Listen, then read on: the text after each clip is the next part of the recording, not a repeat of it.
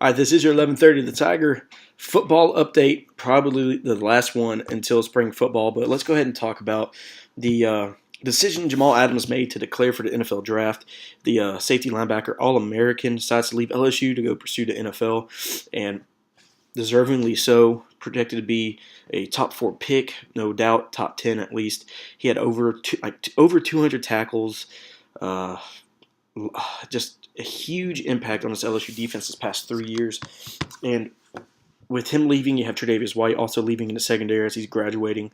But you have Devontae Jackson returning. You have this whole defense is returning so many studs with freshman linebacker and special teams phenomenon and Devin White from North Webster.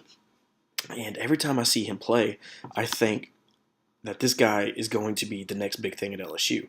This guy is nasty. He's got that grit that LSU wants for defense. He's going to be a great leader for this football team. Very passionate, very just explosive. And it's very hard to contain him. Then you also have Von Gacho leaving somehow in a I think was a surprising thing for him to leave, but to go pursue the NFL.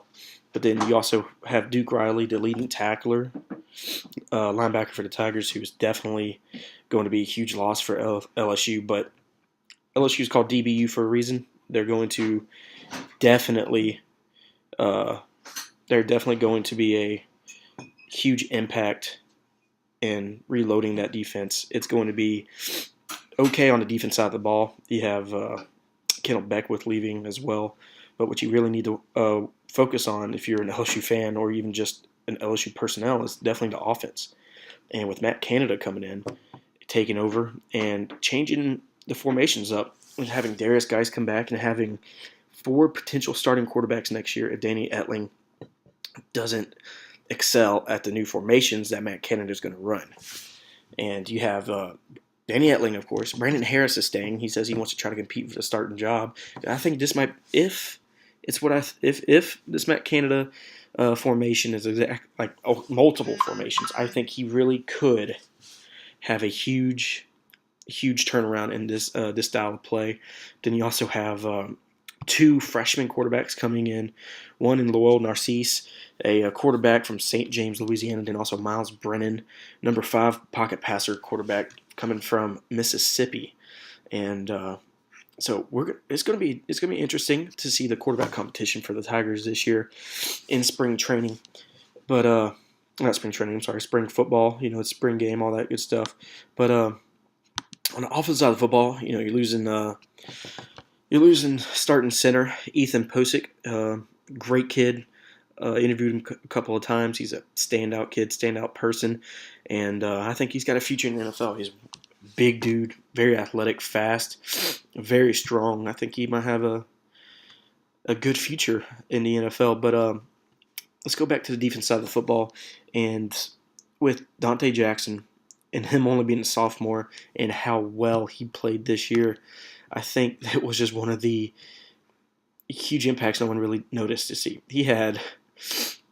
Dante Jackson had, oh no, that's all purpose yards. I want to get over here.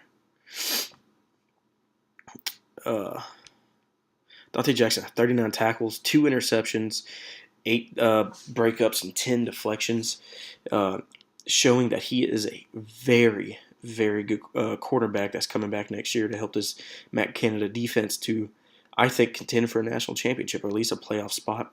I think all year they will be there. I think this team next year is going to give Alabama a run for its money, because what I think was wrong with LSU and Alabama these past 5 years was definitely the offensive play calling. And I think Ed Orgeron is going to put the trust in Matt Canada to make the calls against Alabama and open the game, and spread the ball out, make Alabama spread their defense out to where they can run the football, but then also have convert third down on short pass plays. And I think if they can do that next year, I think LSU is going to give Alabama their worst. I think it's going to give Alabama a very good run for their money. Sorry if I sound weird or I'm talking weird. I do not feel good, but I had to make sure I make this update for y'all because I'm really excited about next year, and I'm really excited to see these LSU Tigers go to the NFL.